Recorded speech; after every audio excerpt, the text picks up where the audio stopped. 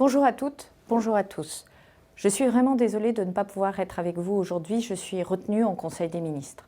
D'autant plus désolée que l'investissement et l'innovation dans les industries de santé en France est un sujet important pour notre économie et une priorité de ce gouvernement.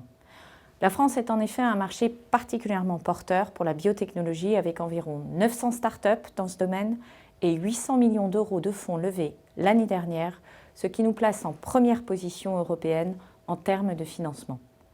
Avec les durées de vie qui se rallongent et les innovations technologiques, le secteur des industries de santé va être confronté à des évolutions majeures. La première, c'est celle de l'intelligence artificielle. La santé génère une masse de données qui, bien analysées, pourrait nous aider à mieux comprendre le fonctionnement du vivant, à mieux prévenir la survenue de certaines pathologies, à mieux les diagnostiquer, à mieux développer des molécules et à mieux les prescrire.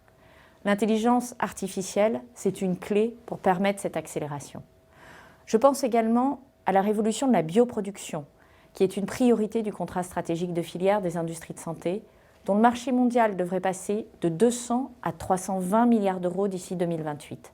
C'est à la fois un enjeu de compétitivité et un enjeu de souveraineté pour la France.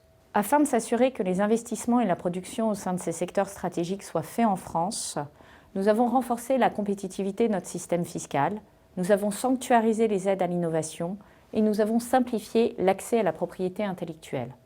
Grâce à ces actions, aujourd'hui, la France est la première destination européenne en termes d'investissement en R&D industriel.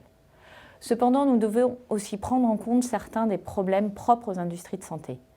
Notre but est de vous donner plus de prévisibilité, d'accélérer les procédures administratives et de créer les meilleures conditions pour favoriser votre croissance. Cela passe d'abord par le fait d'améliorer les règles qui entourent aujourd'hui les essais cliniques. Nous devons fortement réduire les délais de réponse de notre administration, en particulier en ce qui concerne le CPP ou les délais de définition des prix. Nous allons aussi renforcer les financements publics et privés, la création du fonds InnoBio, 150 à 200 millions d'euros, et la réorientation du fonds d'accélération Biotech Santé, 250 millions d'euros, fournissent de nouvelles solutions de financement au health tech. Enfin, nous devons travailler à améliorer l'accès aux données de santé et à améliorer leur gestion. Comme je l'ai indiqué, l'intelligence artificielle est déjà dans la détermination des diagnostics médicaux.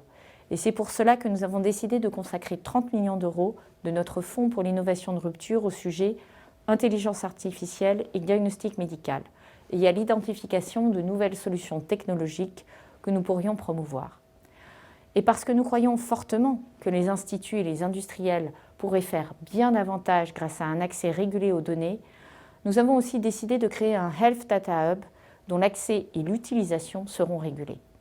Je me félicite que Boehringer Ingelheim ait fait le choix de s'implanter durablement dans nos territoires et particulièrement dans la région Auvergne-Rhône-Alpes en y localisant 2400 emplois, notamment en production et en R&D, et en prévoyant d'ouvrir une nouvelle usine dans la région lyonnaise en 2022.